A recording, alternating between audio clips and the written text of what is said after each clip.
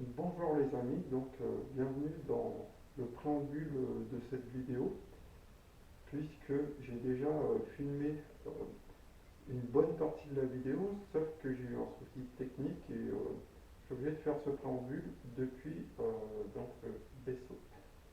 Et ensuite, la vidéo originale continuera. Et c'est juste pour compléter ce qui avait déjà été filmé mais qui a disparu. Donc voilà, je vous explique un peu pourquoi et comment ça fonctionne. Donc la partie qui a été supprimée, c'est la partie sur, comme par hasard, la Matrix. Effectivement, cette partie, en fait, je l'ai filmée, mais bon, je ne vais pas vous raconter les détails du point de vue technique, c'est pas grave. Je vais rentrer directement dans le vif du sujet. Et en fait,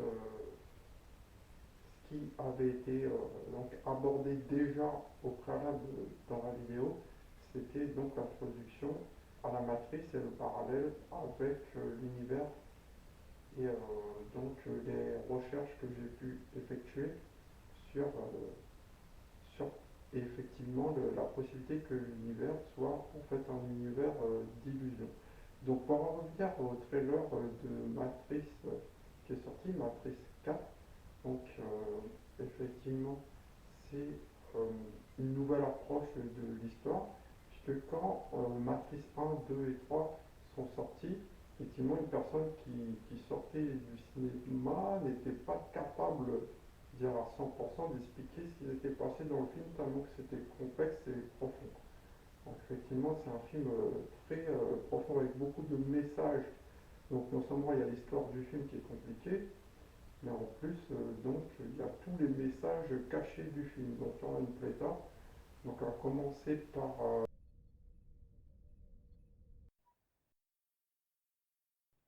Bonjour les amis. Aujourd'hui, nous allons faire une nouvelle vidéo sur les révélations du futur, sur la nature de l'univers, pour faire écho à mon ancienne vidéo. Cette vidéo va se composer de plusieurs parties. Donc, tout d'abord, on va revoir la nature de l'univers. Ensuite, comme aujourd'hui c'est le 11 septembre, je vais faire une petite aparté sur ce thème. Aussi, je vais parler du film Matrix. Effectivement, le quatrième volet est sorti, qui fait suite à la trilogie qui a été faite il y a quelques années.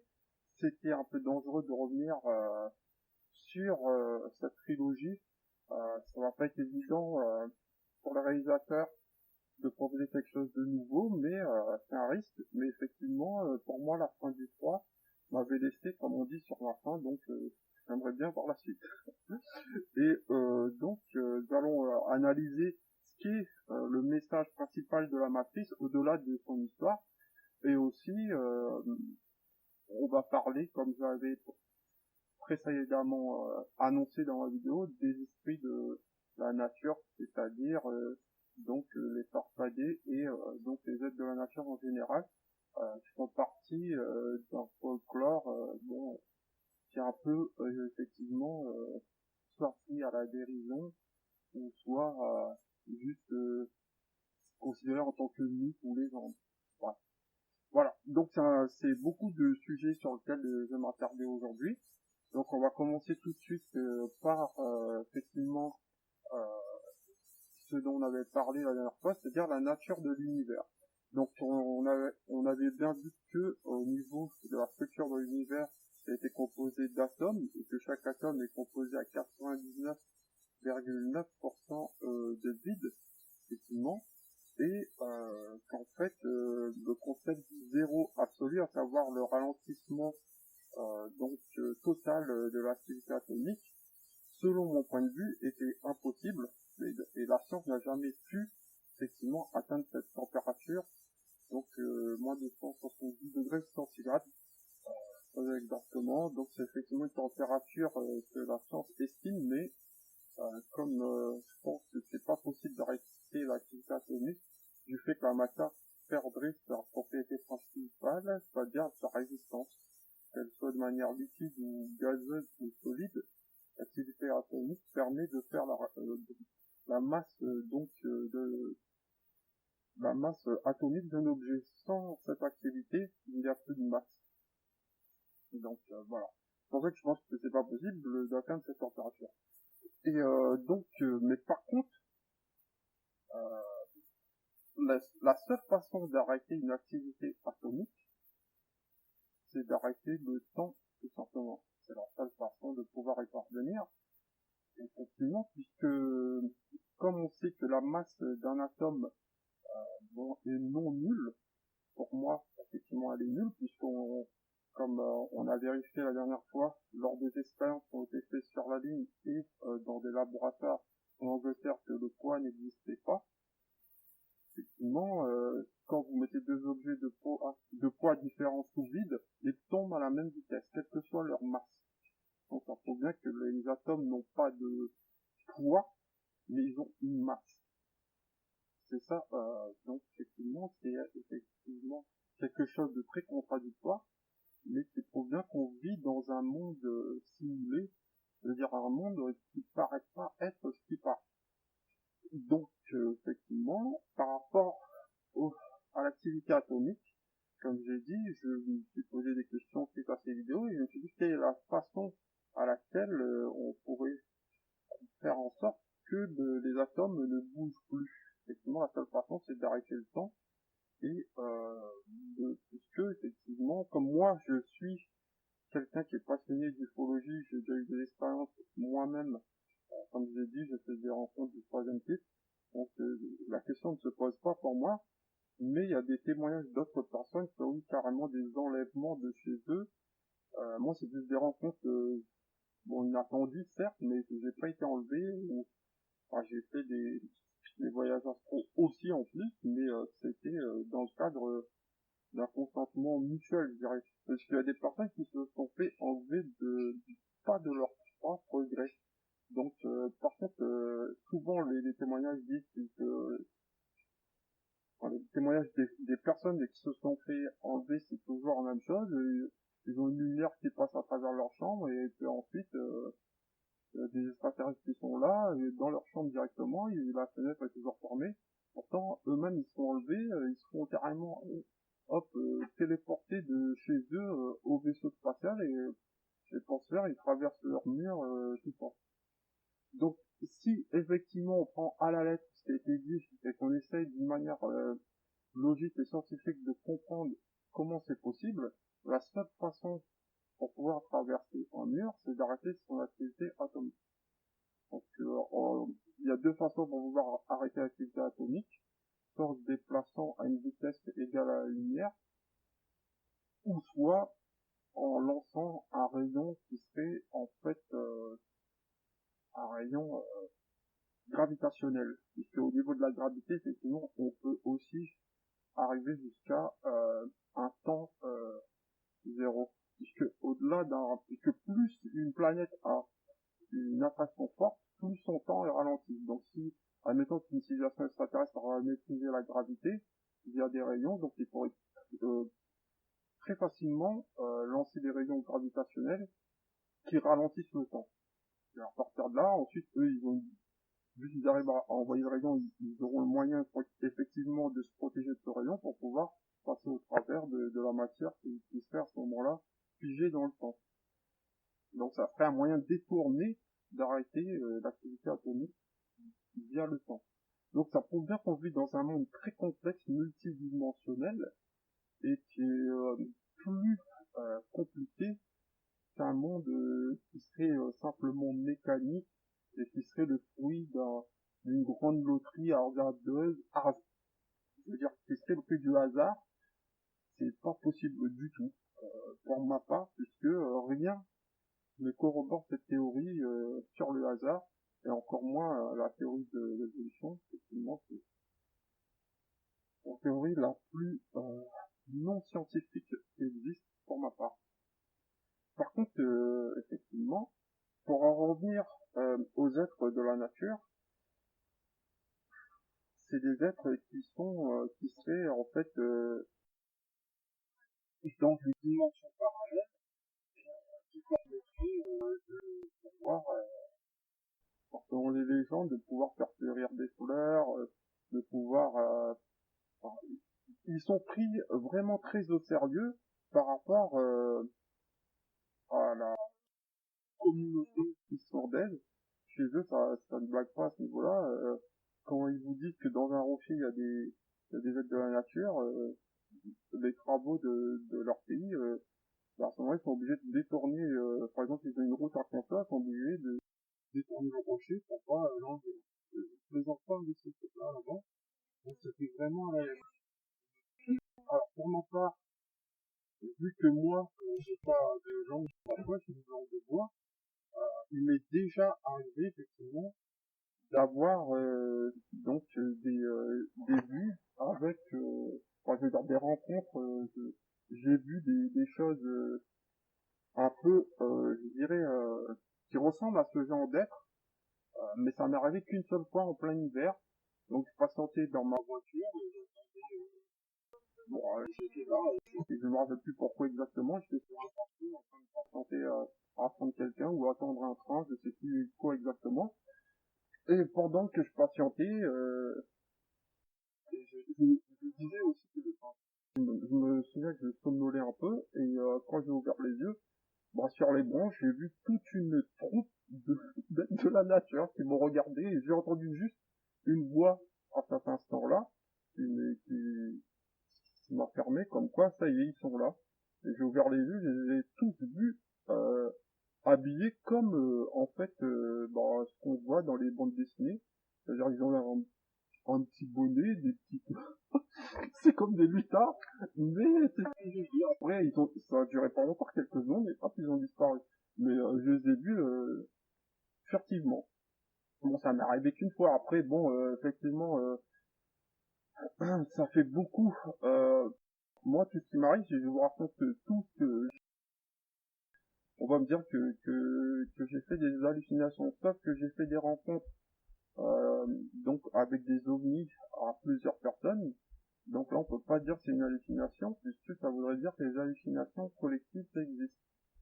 Pour que les hallucinations collectives existent, bah, ça veut dire que la télépathie existe. Alors, est-ce que vous pouvez prouver que la télépathie existe? Ensuite, on pourra discuter. Voilà. Donc, effectivement, il y a des choses extraordinaires. Il y a des gens qui sont témoins d'apparitions d'animaux ou d'apparitions d'animaux même préhistoriques. Par exemple, il y a des gens qui ont vu des ptérodactyles. Ils disent mais c'est impossible, j'ai vu un ptérodactyle, c'est pas normal, ça a déjà disparu depuis longtemps. Mais pourtant c'est bon, après moi ça m'est jamais arrivé de voir de ptérodactyles ou de dragons ou enfin, d'animaux mythiques. Mais effectivement, ça m'étonnerait pas vu que je pense que notre univers est en fait un univers qui est comme comme simulation informatique. Et donc ceux qui sont à la tête de cet univers peuvent faire ce qu'ils veulent de l'univers, ou celui où enfin, la conscience ou l'être suprême ou les extraterrestres ou les divinités qui sont à la tête de cette création, ils peuvent insérer ce qu'ils veulent dans la matrice de l'univers à n'importe quel moment, soit pour passer un message, soit pour effectivement faire un déclic à certaines personnes ou leur remettre dans leur destinée ou dans leur un projet de vie. Ça arrive à certains moments clés et effectivement, je ne pense pas que ça soit dû au hasard du tout. Je ne crois pas du tout au hasard, c'est impossible que l'univers soit né du hasard, encore une fois. C'est le fruit d'une pensée, c'est mon opinion, puisque rien ne peut rien faire, rien n'a pas d'intelligence, le néant c'est rien, donc à partir de rien on peut rien faire déjà. Donc l'univers a été créé. Si l'univers a été créé, il y a forcément une création. Qui dit création, dit créateur. Donc c'est logique même. Donc les plus grands scientifiques comme Albert Einstein, qui lui était un vrai scientifique, euh, comme Nikola Tesla, qui maintenant commence à être reconnu, alors c'est lui qui a inventé l'électricité, qui se trouve dans toutes les habitations actuelles, courant alternatif, et aussi le père de la physique Isaac Newton, tous ils étaient croyants en guillemets en un être supérieur. Donc si eux les plus grands de tous les temps, ils pensaient que ça puisse exister. C'est pas un franc-maçon qui a fait des voyages sur une île bizarre qui va être supérieur à eux et qui ment et qui a fait que des fraudes, tout est répertorié dans mon livre. Il n'a aucun crédit, cet homme-là, ce n'est qu'un entourloupeur. Bon, j'ai pas besoin de vous expliquer, vous avez déjà deviné. Quand on regarde la roue de l'évolution, vous voyez bien que chaque étape, que ce soit de la soupe prébiotique, la bactérie, le poisson, le lézard, la souris, le chimpanzé et l'homme, bon là j'ai vraiment résumé rapidement, mais chaque étape de chaque transformation, il y a zéro preuve. Zéro. Et surtout la première étape, c'est la plus, je veux dire, la moins étudiée, puisqu'ils ont essayé déjà de produire la soupe prébiotique, ils n'ont jamais réussi, mais c'est surtout le passage d'un être microscopique à celui d'un être macroscopique. C'est une impossibilité génétique. J'insiste là-dessus. Et donc j'ai déjà défié X personnes. Que vous soyez diplômé ou pas, j'attends toujours un débat avec quelqu'un qui a le courage de venir débattre avec moi loyalement et qui se désiste pas une fois qu'on a commencé le débat ou que je veux dire que le débat n'a pas eu lieu. Si quelqu'un a le courage, il n'y a pas de souci, je suis disponible sur YouTube. Effectivement, toutes mes vidéos, les commentaires sont ouverts. Par contre, si vous commencez à parler de tout ce qui ne concerne pas le sujet, c'est-à-dire comment je m'habille, moi je suis pas là pour rigoler. Si vous voulez parler, il n'y a pas de souci. Après, si vous voulez des certaines conditions, qu'on se voit dans un endroit ou que effectivement que j'ai notre tenue ou machin, je peux faire un effort de m'habiller normalement pour cela. Mais effectivement, c'est un sujet très sérieux. Je ne lâcherai jamais. Ça, c'est clair et net. J'ai horreur qu'on me mente et qu'on me manipule. Donc aujourd'hui, on est dans une vie qui n'est pas facile, surtout en ce moment. C'est au moins que je puisse dire.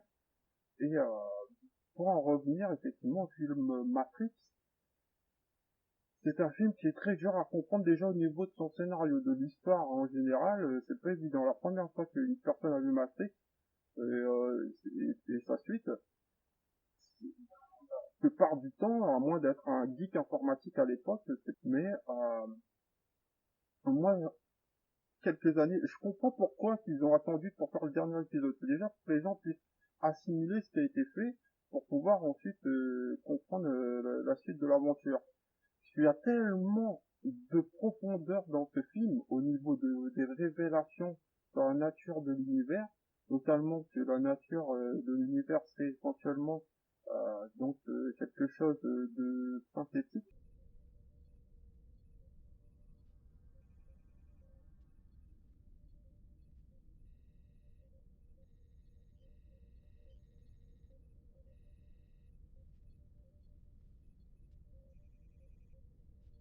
Bonjour les amis, voilà, après avoir vu la vidéo, suite à la prise de vue que j'avais fait pour la deuxième partie sur la matrice, j'ai eu un souci technique, donc là je suis obligé de compléter depuis le vaisseau. Donc, alors ça va parler de la matrice, effectivement. La matrice a beaucoup euh, de sujets qui sont divers, donc notamment il y a le scénario du film, effectivement, qui est très compliqué.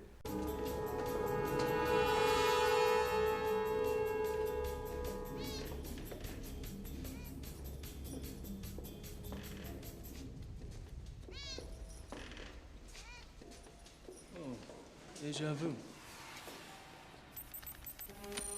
What did you just say? Nothing, just had a little deja vu. What did you see? What happened? A black cat went past us, and then another that looked just like it.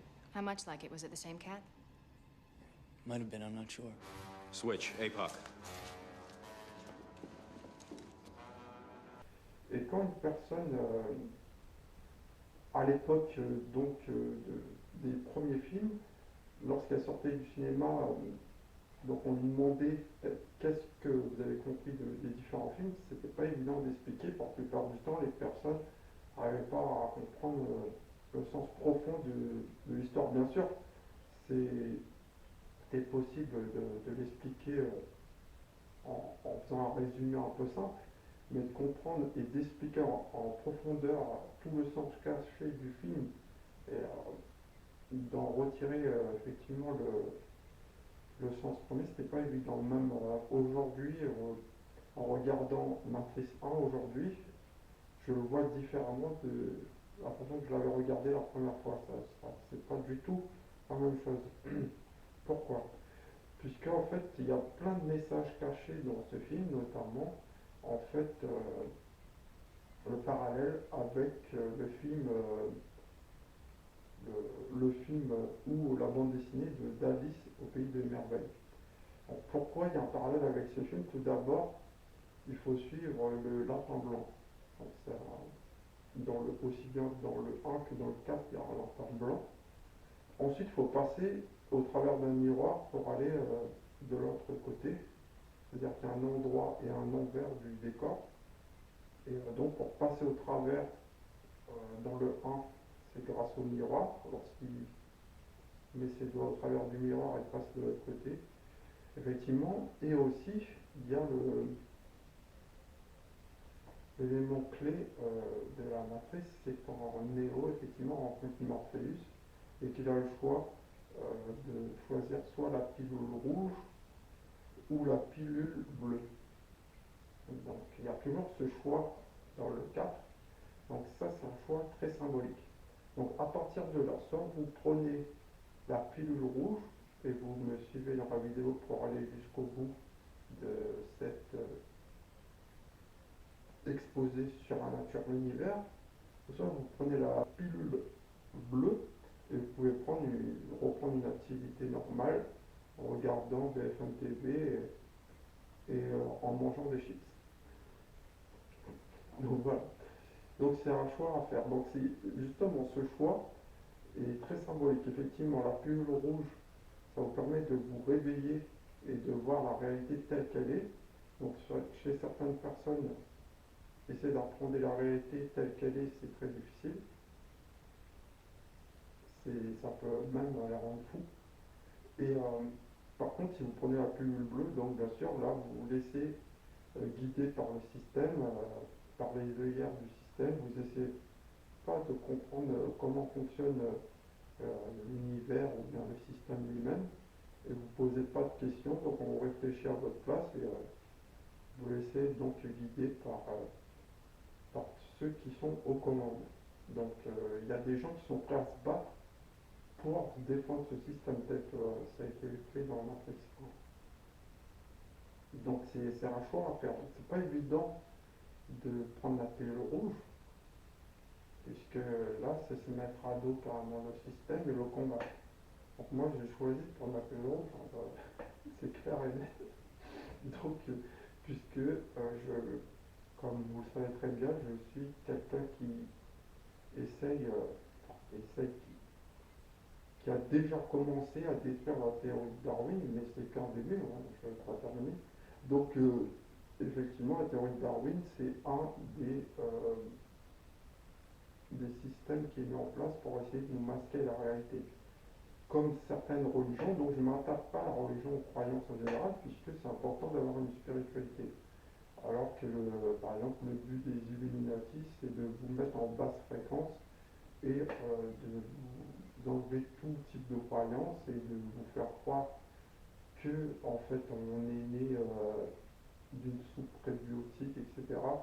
Et qu'en fait, on est semblable à tous les êtres vivants et qu'en fait, l'univers est quelque chose de physique. Or, lorsqu'on se rend compte et qu'on fait des recherches, donc toutes les découvertes actuelles de la physique, en général, démontrent que c'est tout le contraire. Mais personne ne tire les conclusions. Par exemple, on s'est rendu compte que le temps n'existe pas au niveau quantique. On se rend compte, en fait, que l'univers est paradoxal, qu'il y a tout et son contraire dans l'univers, et pourtant on essaye de réfléchir par rapport, enfin on essaye toujours de nous inculquer toujours ce même type de raisonnement. Donc c'est pas ce qu'il faut faire. Il ne faut pas se mettre des œillères, mais essayer de voir réalité dans son ensemble. Avec c'est une illusion, on peut essayer de comprendre les règles fondamentales. Donc ensuite, pour en revenir aussi à la partie de Matrice, donc il y a un personnage qui est très important dans ce film, c'est l'oracle. Donc l'oracle, effectivement, c'est une personne qui à première vue paraît être une personne gentille, en guillemets, enfin du côté des gentils. Mais, bon, je ne veux pas dire qu'elle est du côté des méchants non plus, mais quand même, c'est un programme. C'est-à-dire que c'est une personne qui arrive à prédire certains événements, tout comme les ordinateurs super puissants de nos jours arrivent à prédire la météo. C'est simplement question de cause et effet. Quand Neo rentre la première fois chez Oracle, qu'est-ce qu'il voit? Effectivement, il voit une personne qui vient de rentrer, il ne peut pas faire attention au vase qui va tomber, et ensuite il se retourne, il dit quel vase, et bam, et le vase tombe par terre. Donc c'est simplement une suite d'événements qui peut être en fait amenée par une personne qui a déjà déterminé la position du vase, et le fait de se questionner, de chercher le vase, va provoquer un mouvement de bras qui va faire tomber le vase. Donc c'est une suite d'événements logiques. Donc il n'y a rien d'extraordinaire. Mais par contre, dans le 1, elle lui dit bien qu'à un moment donné, en fait, Neo devra choisir entre se sauver lui ou sauver Morpheus.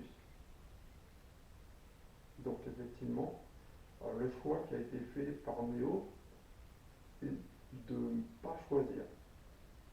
Il y a un combat entre l'oracle et l'élu de la matrice, effectivement, un combat mental, puisque dans le 2, il découvre bien que c'est un programme et qu'elle n'est pas une personne normale. Mais bon, c'est pas une personne méchante, mais qui défend, qui veut garder Neo sous son contrôle pour pas qu'il fasse capoter carrément tout la matrice. Mais effectivement, ce qui se passe à la fin du 1, c'est que non seulement Neo sauve Morpheus, mais il se sauve lui-même. Par contre, l'oracle ne s'était pas trompé dans le sens où il y en a un des deux qui va mourir, donc effectivement Neo meurt, mais il revient à la vie déjà dans le 1, puisqu'en fait le plus grand pouvoir de la matrice, donc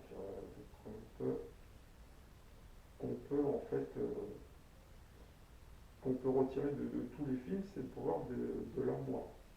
Tout comme notre réalité, donc ça fait un parallèle avec notre univers réel.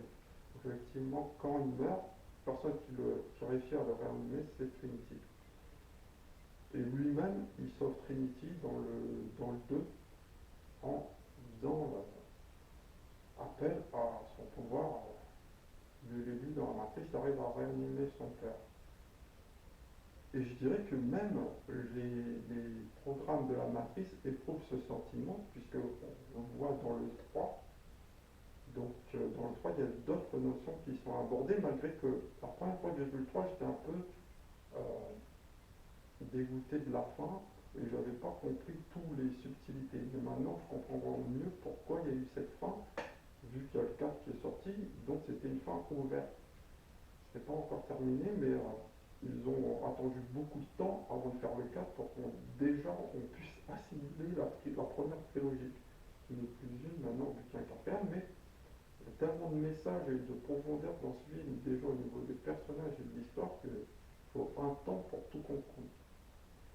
Donc effectivement, dans le 3, ce qui est abordé, c'est la notion de karma.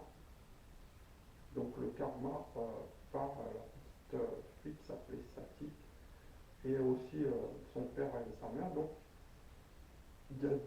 ça fait un parallèle avec les instants karma qu'on peut voir dans la vie de tous les jours.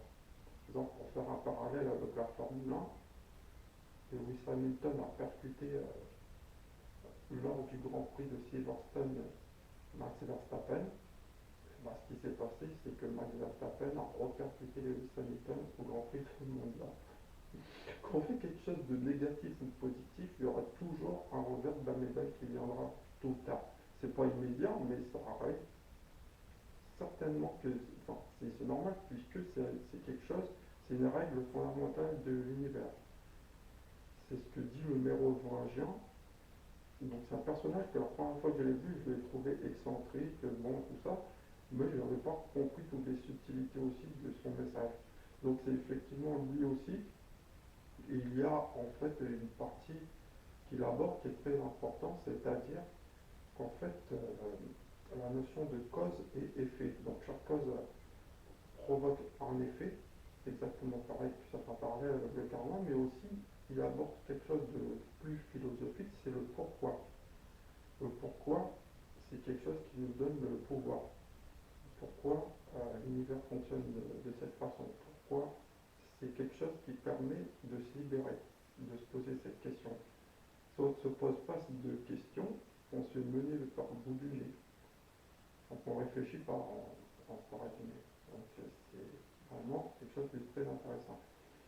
Donc où ils n'ont pas de réponse ou une incohérence mathématique, notamment pour la force centripède des galaxies.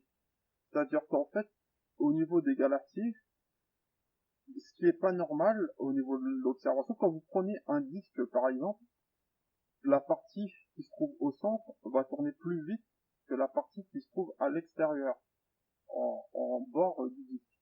Or, sur un système galactique, toutes les parties tournent à la même vitesse. C'est-à-dire que le centre va tourner à la même vitesse que la périphérique. Donc c'est quelque chose qui est incompréhensible, et pourtant qui se produit.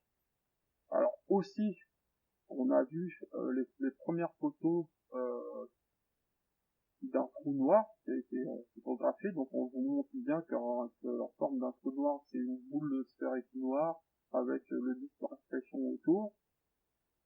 Par contre, si c'est véritablement le cas, moi je remets pas en question l'existence des trous noirs, hein, c'est simplement une des étapes d'effondrement d'une étoile. Une fois qu'elle a atteint une masse trop importante, elle crée une singularité dans un endroit donné de l'univers. Ça, il n'y a pas de problème là-dessus. Mais par contre, là où il y a un problème, c'est au niveau du centre de la galaxie. Si véritablement il y avait un trou noir hypermassif au centre de la galaxie, il serait de la même nature visuelle que ce qu'ils nous ont montré, c'est-à-dire une boule noire avec un disque d'accrétion. Or, au milieu de la galaxie, il y a une densité d'étoiles la plus grande qui existe dans toute notre galaxie. C'est-à-dire qu'à cet endroit, le nuage d'étoiles qu'il y a est tellement important que ça forme en fait tout le contraire de ce qui est un trou noir. Donc ils sont prêts à inventer des concepts qui n'existent pas pour tomber juste au niveau mathématique, alors que l'observation et la réalité des choses ne corroborent pas avec ce qu'ils ont prévu. Mais ça, bien sûr, je ne peux pas vous le dire, mais c'est pas normal, c'est-à-dire qu'il y a un problème, effectivement. Il y a un problème entre l'observation et la réalité des concepts théoriques. Donc, effectivement, moi je pense qu'au centre de la galaxie, il n'y a pas de trou noir supermassif. Heureusement d'ailleurs.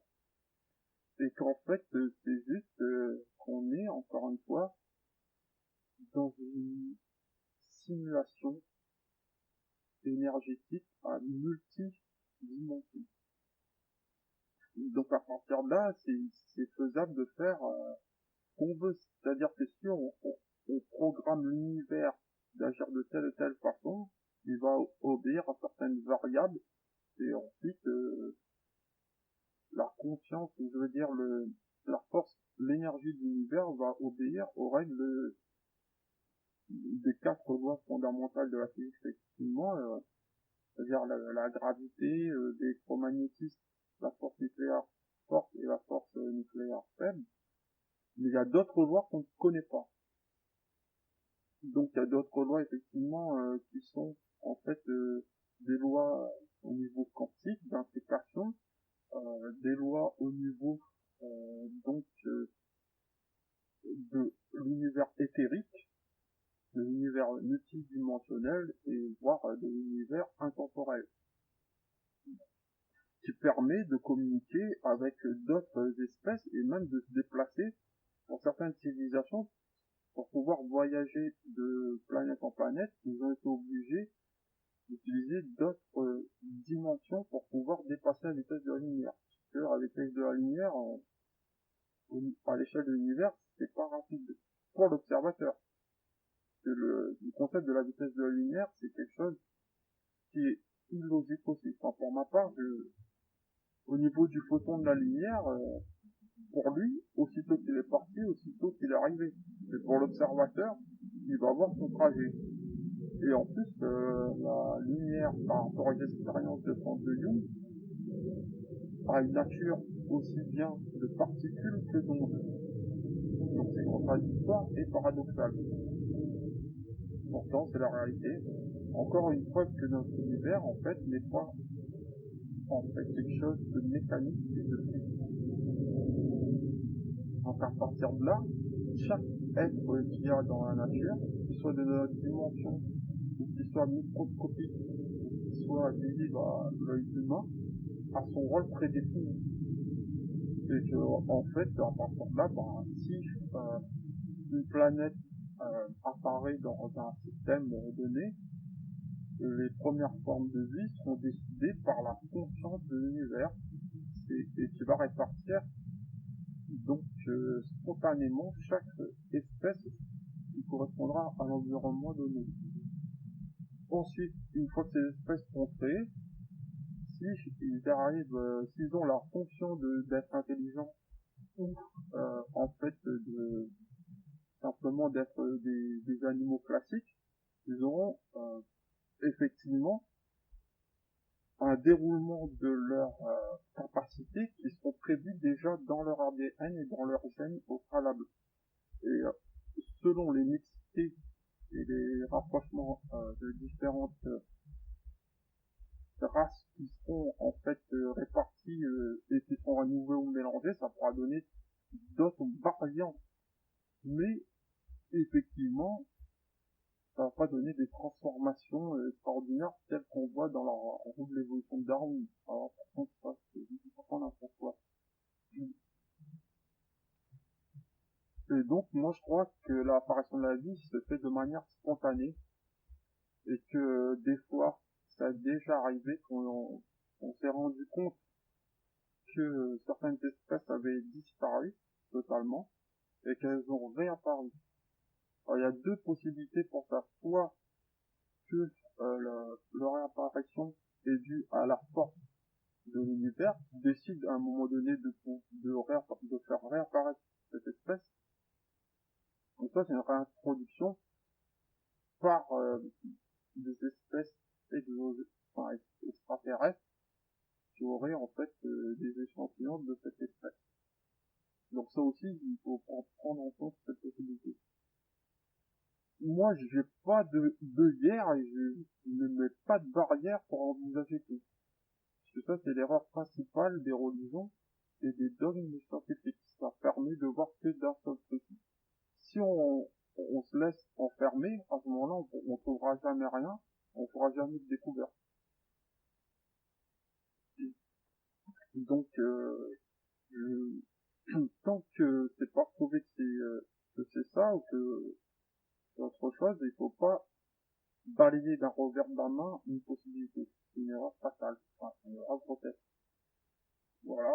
Et donc, au niveau des êtres surnaturels et paranormaux de la cryptozoologie, il y a beaucoup d'animaux dits mythologiques qui font toujours parler d'eux, notamment, je vous ai montré les liens la dernière fois, des êtres qui peuvent vivre sous l'océan, à savoir les sirènes. Bon, ça peut prêter à sourire, mais moi, ça m'étonnerait pas du tout que ces êtres existent, malgré que j'en ai jamais vu. Je ne veux pas balayer ça d'un revers de la main. Pourtant, quand j'avais 5 ou 7 ans, j'en aurais rigolé. Mais bon, j'ai fait beaucoup de chemin et j'ai eu beaucoup d'expérience depuis. Et maintenant, ça me fait plus rigoler du tout. Donc voilà.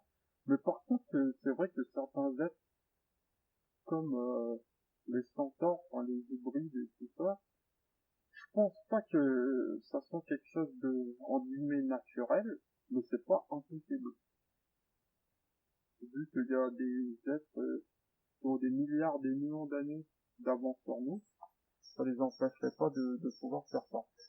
Donc, effectivement, les amis, euh, j'aimerais continuer à parler de tout ça, mais bon, je peux être un peu redondant, et comme vous savez comment ça se coucher malgré que j'ai encore du temps, mais bon, j'ai été un peu bousculé dans mon emploi du temps, et j'ai dû improviser pour pouvoir vous faire cette vidéo. Et d'ailleurs, je dois remercier tous les nouveaux abonnés de la chaîne, parce que je suis presque à 100 000 vues en général. Bon, c'est pas grand chose par rapport à d'autres youtubeurs, mais pour moi, je suis vraiment très satisfait du résultat. Et si vous avez des commentaires à faire, bien sûr, vous respectez donc la charte de YouTube, et aussi parler de manière, je veux dire, compréhensible et soyez respecté. Voilà. Donc, alors, sur la prochaine vidéo, effectivement, je vais parler d'autres sujets qui touchent donc aux jeux vidéo, puisque j'ai commencé à faire quelques vidéos là-dessus. Donc, là-dessus, il n'y a pas de problème. Je vais continuer à faire, bien sûr, des clips musicaux, comme j'ai l'habitude. Bon, là, je me suis un peu lâché parce que j'avais envie de faire quelque chose de différent, mais si vous avez des suggestions, n'hésitez pas à me demander, ne soyez pas timide. Et donc, comme je vous l'ai dit, je fais toujours un film sur la suite de ce que j'avais fait avant, et qui est en rapport avec la Snyder Cut. Donc là, par contre, j'ai pris beaucoup de retard dû à la situation actuelle et des désistements de dernière minute de certaines personnes. Bon, c'est obligé de repartir de zéro pour certains trucs, mais bon, j'ai déjà une bonne base, et bien sûr, je vais continuer. S'il faut qu'au lieu de faire un film qui sera un long métrage, peut-être que je ferai d'abord un court métrage, mais je veux le faire. Moi, quand je commence quelque chose, je vais jusqu'au bout. Mon livre en est la preuve. Quand je vous annonce un truc, je le fais. Donc voilà, j'irai jusqu'au bout. Et donc sur ce, je vous souhaite une excellente journée. Et je vous dis à plus tard pour des prochaines aventures. À plus.